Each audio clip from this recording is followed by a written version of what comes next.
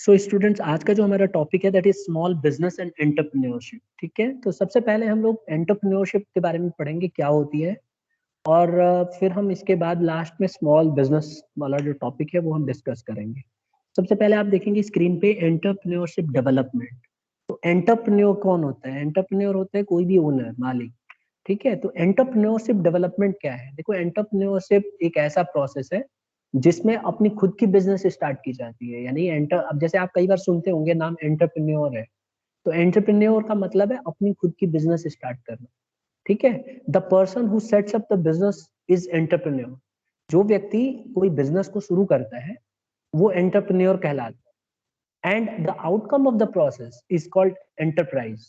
और जो business unit को वो खड़ा करता है ना, जिसकी वजह से कोई बिजनेस यूनिट स्टार्ट होती है, उसको हम लोग एंटरप्राइज कहते हैं। ठीक है, तो एंटरप्रेन्योर जो है ये फ्रेंच वर्ब से लिया है, एंट्रीप्रेडेन, एंटीप्रेंडे। इसका मतलब होता है कि ओनर, खुद का मालिक। तो ये एक फ्रेंच वर्ड है जिससे आप समझ सकते हो ये वर्ड लिया गया है। और इसीलिए इसको अगर आप इसकी स्पेलिंग देखेंगे ना तो बहुत कॉम्प्लिकेटेड होती है। एंट्रीप्रेन्योरशिप बोलते हैं इसको, तो इसको याद रखिएगा। तो कौन मुझे बता रहा है एंटरप्रेन्योर कौन होता है? Sir entrepreneur owner. वो बोलो बोलो। सर एंटरप्रेन्योर वो पर्सन होता है जो अपनी कंपनी खुद, अपना बिजनेस खुद सेटअप करता है। ठीक है, और उस पर्सन को एंटरप्रेन्योर कहते हैं, और जो उसका प्रोसेस है जिसकी वजह से आउटकम आता है, या यूं सिंपल भाषा में बिजनेस यूनिट को हम बोलते हैं एंटरप्राइज। ठीक है, तो ये हम बोलते हैं इसको एंटरप्रेन्योर। अब आप देखो, ये इनकी डेफिनेशन है जो आपकी स्क्रीन पे दिख रहे हैं। रिचार्ड कैंटिलन फ्रेंच इकोनॉमिस्ट थे। इनके हिसाब से एंटरप्रेन्योर वो पर्सन है या वो ऑर्गेनाइजेशन है जो ऑर्गेनाइज करता है बिजनेस को, अंडरटेक करता है रिस्क। यानी कि वो व्यक्ति जो सारा का सारा रिस्क लेता है, प्रॉफिट सब कुछ लेता है, उसको हम एंटरप्रेन्योर कहते हैं। ठीक है, देखो, entrepreneur is basically a businessman. इसको हम बिजनेसमैन कह सकते हैं। And he brings together the factors of production such as land, labour, capital and organisation. ये वो बिजनेसमैन है जो सारे फैक्टर्स को एक साथ लेके आता है।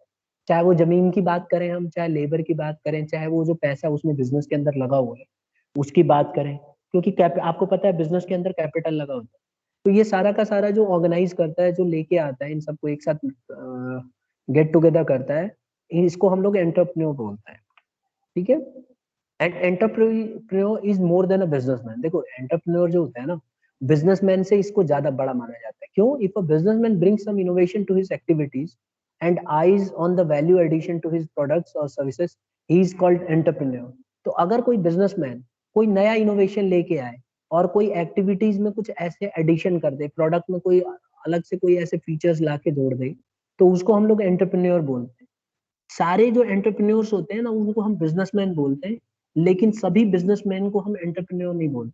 तो यहाँ कंफ्यूज मत होइएगा। अगर आपसे कोई बोलता है ये एंटरप्रेन्योर है, तो वो पक्की बात है कि बिजनेसमैन हो, लेकिन सभी बिजनेसमैन एंटरप्रेन्योर नहीं बन सकते। आप, हो सकता है कि कोई बिजनेस चल रही है उसमें आप बिजनेस करने लग जाओ, तो आप बिजनेसमैन कहलाओगे, एंटरप्रेन्योर नहीं कहलाओगे।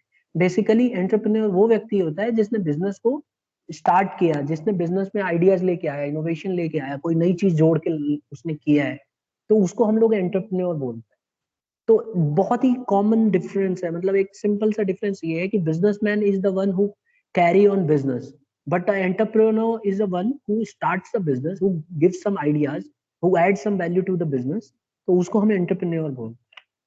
ठीक है, यहाँ तक सबको क्लियर है? यस। सर सोल हाँ, एंटरप्रेन्योर में क्या होता है? देखो, सोल प्रोप्राइटर जो होता है ना, वो अपना एक छोटी बिजनेस शुरू करता है, लेकिन एंटरप्रेन्योर जो होता है ना, ये बड़े स्केल पे बिजनेस होती है। अगर मैं बात करूं, मैं सोल प्रोप्राइटर हूँ, तो मैंने अपने ही बिजनेस का पैसा अपने ही बिजनेस में लगा दिया और उसी से मैं अकेले कमा, लेकिन मैंने कुछ खास इनोवेशन नहीं किया, जो पहले से चला आ रहा है वैसे ही कुछ मैंने बिजनेस स्टार्ट किया। लेकिन जो एंटरप्रेन्योर होता है ना, वो कोई इनोवेशन लेके आता है, वो कोई एडिशन करता है चीज में। हो सकता है कि वो व्यक्ति हो जो पहले कोई बिजनेस ना कर रहा हो और वो उसने बिजनेस को शुरू की, तो उसको हम एंटरप्रेन्योर बोलते हैं। एंटरप्रेन्योर, आप जैसे घर में बैठे हो, अब कोई नई चीज आप बिजनेस में लेके आओ, जैसे देखो पेटीएम कोई लेके आया है ना, ऑनलाइन बिजनेस कोई लेके आया, तो इनको हम एंटरप्रेन्योर बोलते हैं, because they have some ideas to start a business. They put something new into their ideas और से into the product, and then they come with the new product. तो उनको हम एंटरप्रेन्योर बोलते हैं। बट सोल प्रोप्राइटर बेसिकली क्या होता है कि बिजनेस में पैसा लगा के उसका मेन एम होता है कमाना। हालांकि एंटरप्रेन्योर का भी कमाना ही काम होता है, लेकिन सोल प्रोप्राइटर स्मॉल बिजनेस के लिए होता है।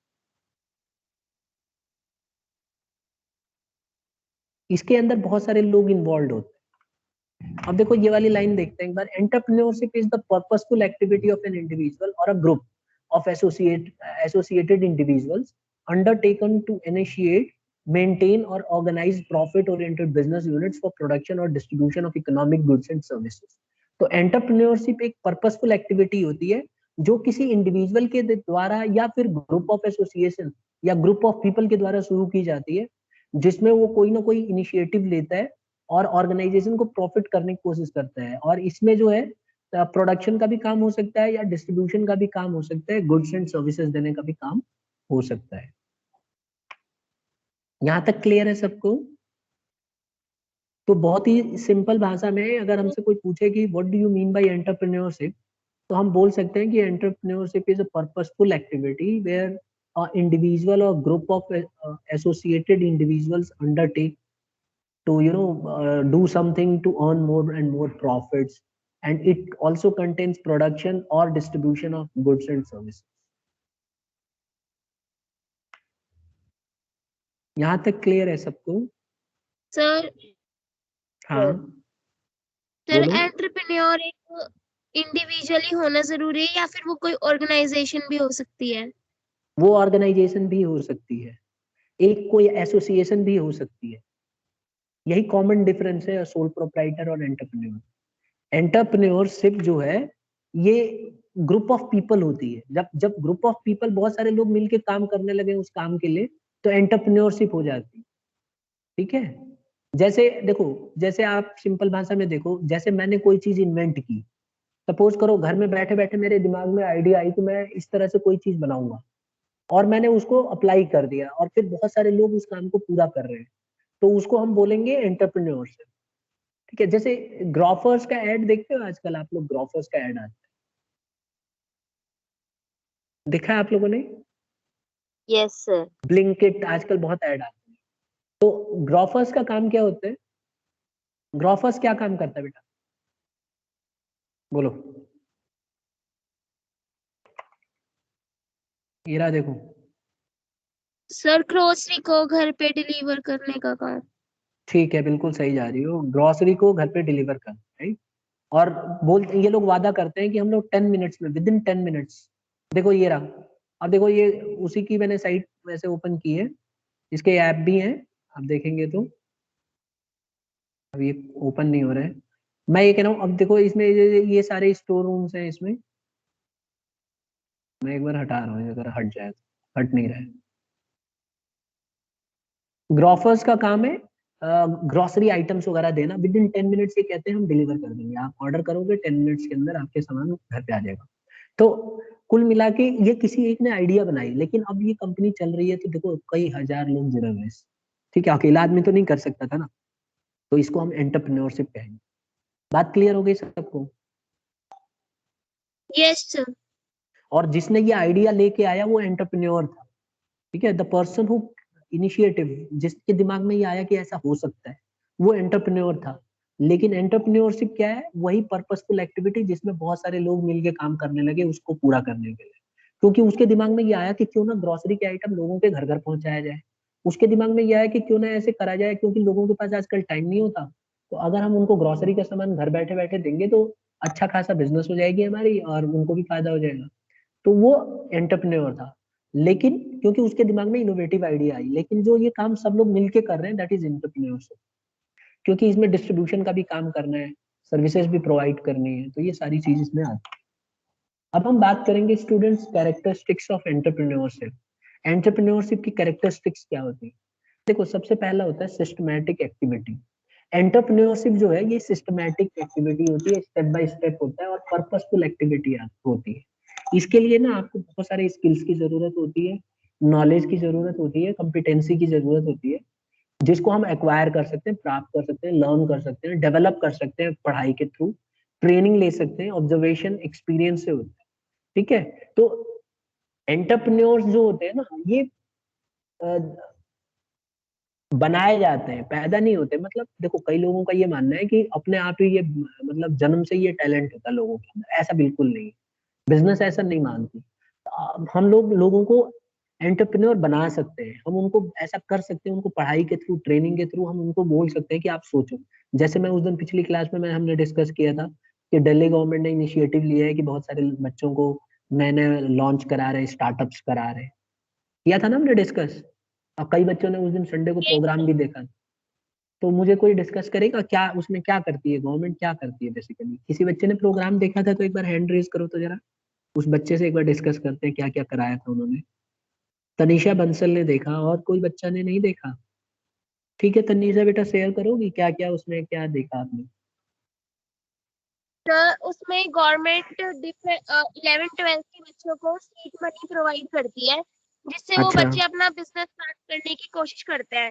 फिर हर एपिसोड में 3 ग्रुप्स दिखाए जाते हैं, और वो 3 अच्छा। ग्रुप्स 2 बिजनेस पर्सन्स को कन्विंस करते हैं कि वो उनमें इन्वेस्ट करे। और अगर बिजनेस पर्सन्स को अच्छा लगता है तो वो उनके बिजनेस में इन्वेस्ट करते हैं और उनको मेंटोरिंगशिप या फिर हम्म, इंटर्नशिप भी प्रोवाइड करते हैं, अगर उनको ठीक अच्छा है। लगता है तो। अगर मैं आपकी पूरी बात को सम अप करूं सिंपल भाषा में, तो इसमें बच्चों को बोला जाता है कि बेटा आप कोई नई आइडिया के साथ आओ, जिससे कि आपको लगता है कि इस तरह का प्रोडक्ट लॉन्च हो सकता है या इस तरह की एक्टिविटी की जा सकती है। फिर उसके बाद गवर्नमेंट ऑफ इंडिया, जो दिल्ली गवर्नमेंट है, वो एक प्लेटफॉर्म देती है जहाँ पे वो बच्चे कंपनी के साथ डायरेक्ट कांटेक्ट कर सकते हैं, या कंपनी को लेके आती है उनके बॉसेस जो होते हैं या फिर बड़े बड़े लेवल पे। और अगर उन लोगों को इनका काम पसंद आया या उनको लग रहा है कि हाँ इन्होंने जो आइडिया सोची है इसमें हम कुछ ना कुछ हो सकता है, तो वो लोग अपना पैसा इसमें लगाते हैं और फिर इस काम को आगे बढ़ाया जाता है कि क्या पता ये सक्सेसफुल हो जाए। ऐसा ही कह रही हो तनिषा? Yes sir. ठीक है, तो बेसिकली आप देखो कोई भी चीज आपके दिमाग में, देखो आइडिया आना और उसको इम्प्लीमेंट करने में बहुत फर्क है। हो सकता है कि आप कोई ऐसी चीज सोच रहे हो जो आज से 10 साल बाद लॉन्च हो, लेकिन और किसी ने नहीं सोचा। तो आपके पास क्योंकि पैसा नहीं है तो वो चीज तो आप कर नहीं सकते ना। उसके लिए आपको बहुत सारा इन्वेस्टमेंट चाहिए। और इन्वेस्टमेंट आप कहाँ से दोगे? हो सकता है आप मिडिल क्लास फैमिली से बिलोंग करते हो या पुअर फैमिली से बिलोंग करते हो, तो आप उस आइडिया के लिए इतने सारे करोड़ों रुपए कहाँ से लाओगे? तो इसीलिए आपको कोई बैकअप करने वाला चाहिए। मतलब आपकी आइडिया जो है उसको करने के लिए जो पैसे की जरूरत पड़ेगी, स्टार्टअप्स की जरूरत पड़ेगी, उसके लिए कोई पर्सन चाहिए जो आपको पैसा प्रोवाइड करा। तो वही दिल्ली गवर्नमेंट काम कर रही है कि एक प्लेटफॉर्म लेके आ रही है कि आपको पैसा प्रोवाइड कराया जाएगा। और आगे फ्यूचर में हो सकता है आपके आइडिया के नाम पे कोई कंपनी खड़ी हो जाए, बड़ी से बड़ी। आप देख लो जितनी भी छोटी कंपनियां सब ऐसे ही तो खड़ी हुई है। अगर मैं फेसबुक का एग्जांपल लूं तो एक प्रोजेक्ट की वजह से आया। मतलब एक कॉलेज में प्रोजेक्ट दिया था और उसके वजह से देखो फेसबुक कितनी पॉपुलर हो। इसी तरह से आप जो भी कंपनी देख लो, जितनी भी कंपनियां हैं सब ऑलमोस्ट ऐसे ही आई है। तो वही चीज बोला जाता है। तो एंटरप्रेन्योरशिप का एक सबसे पहला कैरेक्टरिस्टिक ये है कि ये सिस्टमैटिक एक्टिविटी है, स्टेप बाय स्टेप होता है। और इसके लिए स्किल्स चाहिए होती है, नॉलेज चाहिए होती है, कॉम्पिटेंसी चाहिए होती है, जिसकी वजह से आप इसको कर सको। अब कॉम्पिटेंसी के नाम पे आपको पढ़ाई करानी होगी, डेवलपमेंट करना होगा एजुकेशन के थ्रू, आपको ट्रेनिंग वगैरह देना होगा। तो ऐसे में बच्चों को एक्सपीरियंस मिल रही है कि किस तरह से कल को अगर उनको कोई आइडिया आती है दिमाग में, तो किस तरह से वो कंपनी से बात करेंगे, अपने अपने प्रोडक्ट को कैसे लोगों के सामने रखेंगे, कैसे उनको ये दिखाएंगे कि हमारा प्रोडक्ट आगे इसका फ्यूचर है। तो ये सारी चीजें आपको करनी पड़ती हैं। आप देखो कभी भी आप कोई नए प्रोडक्ट को लॉन्च करोगे ना, तो आपको अपने प्रोडक्ट के बारे में लोगों को बताना पड़ेगा। जो कंपनियां आपसे रिस्क लेंगी आपके साथ, उनको कन्विंस करना पड़ता है कि देखो हम ऐसे ऐसे प्लान है हमारा, आगे फ्यूचर में इसमें अगर कोई इन्वेस्ट करेगा तो बहुत अच्छा कमा सकता है। अगर कंपनी सेटिस्फाई होती है या उसको लगता है कि हाँ यार ये तो सही आइडिया है, तो वो उसमें पैसे लगाती है और आपको फ्री हैंड कर देती है, आपको बहुत सारा अमाउंट दे देती है कि ये लो हमारी तरफ से पैसे लो, इन्वेस्ट करो। अगर फायदा हुआ तो ठीक, नहीं हुआ तो कोई बात नहीं। तो इस तरह से इन्वेस्टमेंट किया जाता है। तो ये सिस्टमैटिक एक्टिविटी है। क्लियर हो गया सबको? Yes sir. यस। अब दूसरा आता है sir lawful and purposeful activity. देखो one of the characteristics of entrepreneurship is ये लॉफुल होनी चाहिए। जो एंटरप्रेन्योरशिप है ना, वो लॉफुल बिजनेस होनी चाहिए। अगर मैं मेरे दिमाग में कोई बिजनेस की आइडिया आती है तो मेरा आइडिया जो है लॉफुल होना चाहिए, ऐसा ना हो कि इलीगल हो। जैसे देखो हर कंट्री में ना कुछ अनलॉफुल एक्टिविटी होती है। जैसे हमारे कंट्री के अंदर बहुत सारी एक्टिविटी है जो अनलॉफुल है, जो कानून अलाउ नहीं करता। जैसे कि अगर मान लो कोई इस तरह की बिजनेस लेके आए कि ड्रग्स की, चरस, गांजा, इन सब की, तो ये हमारे कंट्री में बैन है, हम लोग अलाउ नहीं करते इसको, हमारी कंट्री बिल्कुल अलाउ नहीं करती इसको, तो ये अनलॉफुल है। तो यही बताया गया है कि एंटरप्रेन्योरशिप हमेशा लॉफुल होना चाहिए और पर्पसफुल होनी चाहिए। इसके पीछे पर्पस होना चाहिए, या तो हम गरीबों की मदद करने के लिए किया हो, या हम किसी सोसाइटी के कॉज के लिए किया हो। तो आप देखो कोई भी बिजनेस जब आती है पहली बार, तो वो कोई ना कोई उसका पर्पस होता है। जैसे ट्विटर है, तो ट्विटर का पर्पस था कि लोगों तक इंफॉर्मेशन कम्युनिकेशन देना। फेसबुक का पर्पस है कि लोगों को इंटरेक्ट करना, हमारे पिछड़े दोस्त हैं जो हमसे पहले बहुत साल पहले हम उनके साथ पढ़ते थे या बात कर चुके हैं, उनसे हम जुड़ सकते हैं आज भी, अभी भी। तो ये एक पर्पस होना चाहिए, हर एक बिजनेस का कोई ना कोई पर्पस होता है। अब जैसे ग्रोफर्स है, तो ग्रोफर्स का भी यही पर्पस है कि भाई हम लोग जो है अच्छे से अच्छा ग्रोसरी का सामान आपके घर तक पहुंचाएंगे, आपको ड्यूटी देके और भाग दौड़ करने की जरूरत नहीं है, आप घर से बैठे ऑर्डर कीजिए, सस्ते रेट पे हम आपको प्रोवाइड कराएंगे। इसी तरह से मेडिसिन भी आप देखोगे आजकल ऐड आता है कि मेडिसिन भी घर घर पहुंचाई जा रही है, ठीक है। उसका एक ऐड आता है, कौन सा ऐड आता है बेटा मेडिसिन वाला? फार्मेसी। मेड्स एक हाँ, क्या क्या नाम है, फिर से बोलो। सर, नेट मेड्स है। Netmeds, yes. वो आता है एक ऐड की वो मतलब अच्छे से पैकिंग करके 10% के डिस्काउंट पे दे देते हैं। तो ये सब अच्छी चीजें हैं, तो इसका कोई ना कोई पर्पस होना चाहिए। दूसरी बात, तीसरी बात ये बोला इनोवेशन एंड क्रिएटिविटी।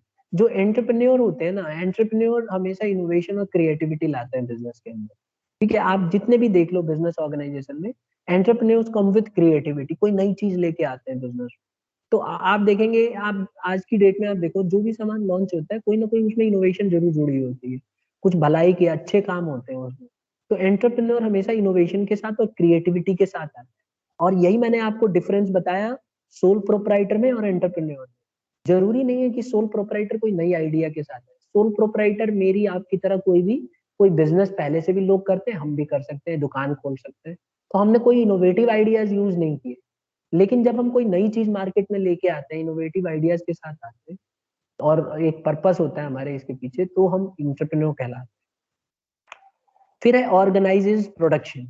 देखो जो एंटरप्रेन्योर होता है ना, ये एक आइडिया के साथ आता है बिजनेस में और बहुत सारे फैक्टर्स ऑफ प्रोडक्शन को ऑर्गेनाइज करता है। जैसे कि प्रोडक्शन एक्टिविटी को ऑर्गेनाइज कर देता है, इसकी वजह से बहुत प्रोडक्शन होने लग जाता है सामान में, ठीक है। तो ये इसका ये सारा काम होता है, ये ऑर्गेनाइज करता है and he produces lot of goods. इसकी वजह से बहुत प्रोडक्शन बढ़ जाता है। Am I clear now? Yes sir.